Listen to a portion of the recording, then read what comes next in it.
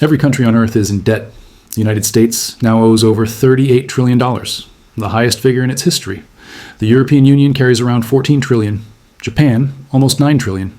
Even oil-rich nations like Saudi Arabia or export powerhouses like Germany and China all owe enormous sums. But here's the paradox. If everybody owes money, who exactly is owed? This is the financial historian, where money, power, and history collide. And nothing is ever as simple as it looks. Debt isn't just a burden, it's the architecture of the modern world. Every war, every crisis, every boom and bust sits on top of this invisible scaffolding of IOUs. And if you follow the chain of creditors long enough, you discover something unsettling. The world doesn't owe money to anyone in particular, it owes it to itself. But that doesn't mean everyone benefits equally. To understand how we reached this point, a planet drowning in over $315 trillion of total debt, nearly 3 times the size of the global economy, we need to go back to the beginning. Centuries before the first credit card swipe or digital transfer, the idea of national debt was born not in Wall Street, but in war. In 1694, England was fighting France and running out of gold. The king turned to merchants for help. In exchange for a permanent stream of interest payments, backed by future taxes, they financed the crown. To manage this new arrangement, the Bank of England was created. It was revolutionary. The state could now spend money it didn't yet have. And in return, lenders received something priceless, a promise from the government, one that could be traded, bought, or sold.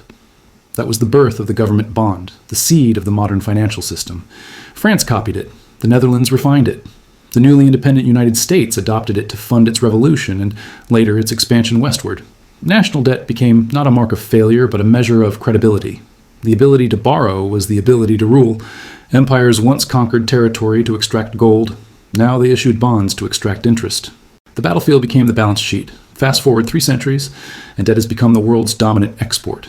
The United States owes $38 trillion, Japan over $9 trillion, and global borrowing increases by the equivalent of $1 trillion every 100 days. Every country owes. Every bank lends. Every citizen, through taxes, savings, and pensions, is both debtor and creditor.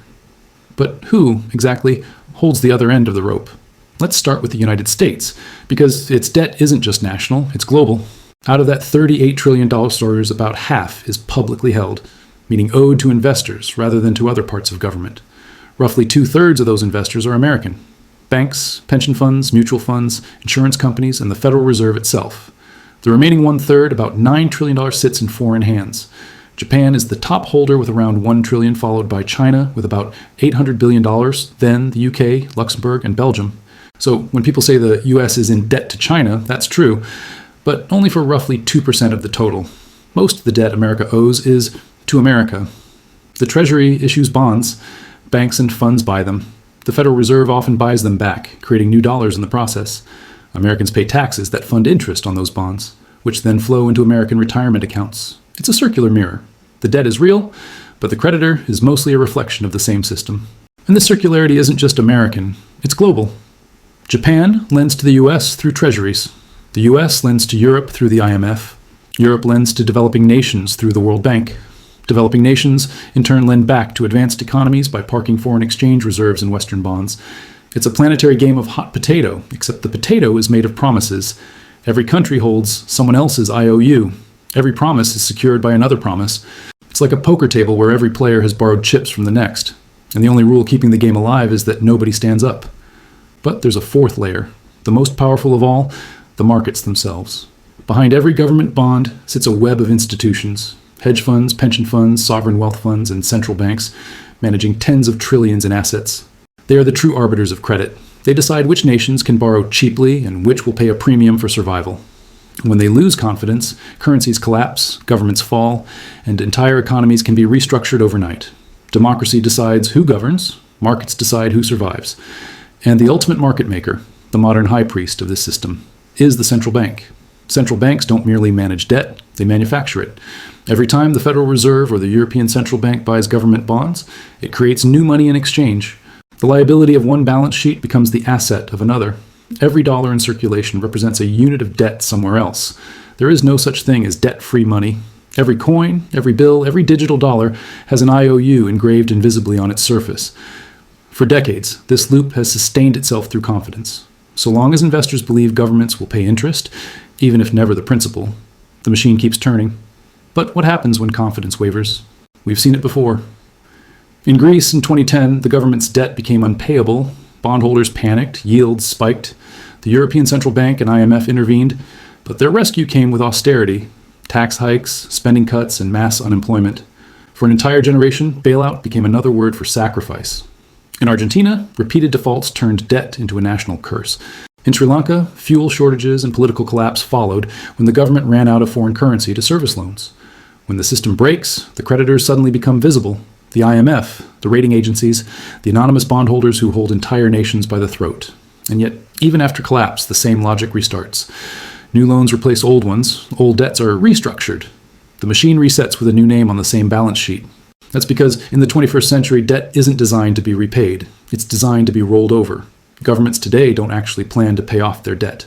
Not now, not ever. That's not conspiracy. It's policy. When you or I take a loan, we're expected to repay the principal. But governments operate differently. They treat debt like a rolling subscription, issuing new bonds to pay off old ones, a process economists call refinancing. Interest becomes the real product, the rent charged for stability. The global economy now depends on that rent, like a shark that must keep swimming to breathe. The global financial system today runs on confidence, not repayment. The United States will never clear its $38 trillion debt. It will refinance it forever. Japan has been rolling over its debt for decades, now exceeding 250% of GDP, and yet its government bond yields remain near zero. Investors aren't waiting to be repaid. They're waiting to renew the deal. Why? Because for them, government debt is the safest collateral in existence. A U.S. Treasury bond isn't viewed as a liability. It's an asset, the foundation of global markets. Pension funds hold it. Banks use it as security. Central banks treat it as money. The system depends on governments never paying off their debt. Because if they did, the world would lose its most trusted financial instrument. Imagine if Washington somehow decided to pay down every last dollar of its debt. Banks and funds around the world would suddenly lose their most stable asset. The dollar supply would shrink dramatically, triggering deflation and collapse. Paying off the debt would destroy the very thing that makes the economy function. So governments do the opposite. They keep issuing more, not recklessly, but rhythmically. The debt becomes a kind of heartbeat for capitalism itself, pulsing through every pension, mortgage, and market on Earth. And that's why when politicians talk about balancing the budget or paying down the national debt, they're selling an illusion. The goal isn't to eliminate debt. It's to keep it sustainable, serviceable, and desirable enough that the system never stops believing in it. Because once belief fades, the numbers stop mattering. Confidence collapses, interest rates spike, and the economy, built entirely on rolling promises, grinds to a halt. That's the real secret of sovereign debt. The plan was never to pay it back. The plan is to keep the world believing it will. It's a closed loop of trust, and as long as that trust holds, the numbers can stretch indefinitely. But trust is not evenly distributed. When we say we owe it to ourselves, that's only half true. Interest payments don't flow equally through society. They flow upward, from taxpayers and workers to the institutions and investors that hold the debt. In other words, debt isn't just a transfer between countries. It's a transfer between classes. That's why global inequality and global indebtedness rise together. The system rewards those who own debt and punishes those who merely pay it. If that sounds familiar, it's because it's the same story scaled up. From households to nations, from nations to the planet. Creditors aren't villains, debtors aren't victims. They're two sides of the same engine. The problem is, what happens when the engine runs out of fuel? When new borrowing can't keep pace with the promises made before? That's when the question, who's the creditor, stops being abstract and starts being personal. Because at the top of this global pyramid, there isn't one face to blame. It isn't China. It isn't Wall Street. It isn't the IMF. It's all of them, and us. The modern financial system has turned debt itself into money. Governments issue it, banks multiply it, investors trade it, and citizens depend on it. The line between debtor and creditor has blurred beyond recognition. Debt once meant bondage. Today, it means balance. But if that balance ever tips, if confidence breaks, the illusion ends, and we'll remember what debt really is. A promise that can't be kept forever. If this gave you a new perspective, hit subscribe. History has the answers. I'll show you where to look.